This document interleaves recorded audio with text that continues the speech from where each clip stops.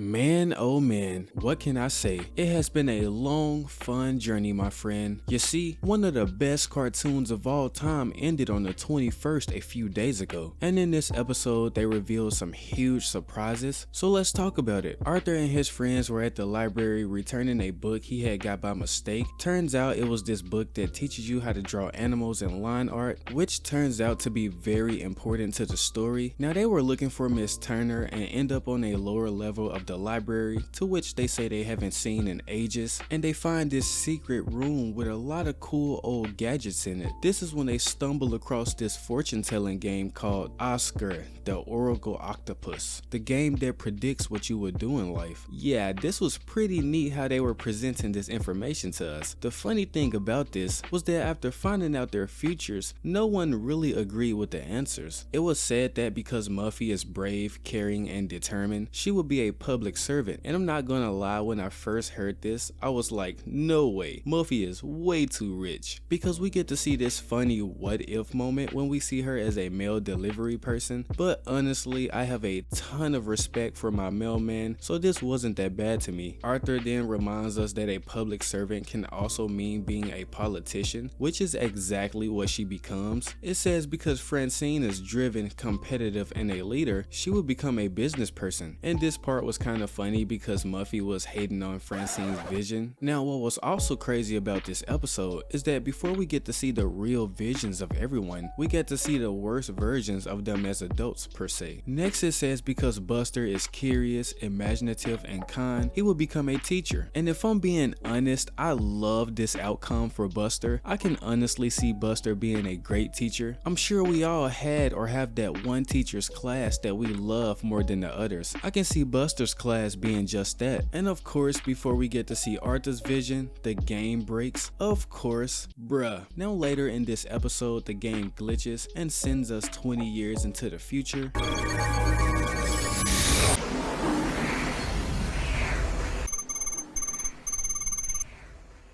Whoa, that was crazy. Are you guys good? Alright, we see grown-up Buster and Arthur chilling in the Sugar Bowl Cafe, which was owned by my guy George. Nice! I see you owning a business and shining out here, George. We also see Muffy walk in as a politician along with Francine, who owns a successful sneaker company. And yes, we're gonna clear the air in the room, not like it even matters, but I think it's a safe bet that Francine is a part of the LGBT community. And while I won't say this was super obvious while watching the show, I always got this vibe from her anyways. But if I'm being completely honest, what surprised me the most was Binky. It was super refreshing to see Binky grow up and have a successful career as a news anchor. How someone starts doesn't matter, it's how they end, and Binky proves just that. We also see that DW has become a police officer, which makes sense if you ask me because she was always bossing everyone around. Bruh. Now the next question that's probably on your mind is if Arthur is successful as a graphic novelist. Well, yes, because it's revealed his first novel is the series Arthur. The long-running, award-winning series is about Arthur's childhood, so basically the show loops back into itself. This is 100% the best possible outcome we could have hoped for, and I really enjoyed it. So be sure to let me know how you felt about everyone's outcomes in the comments down below, and until next time, peace.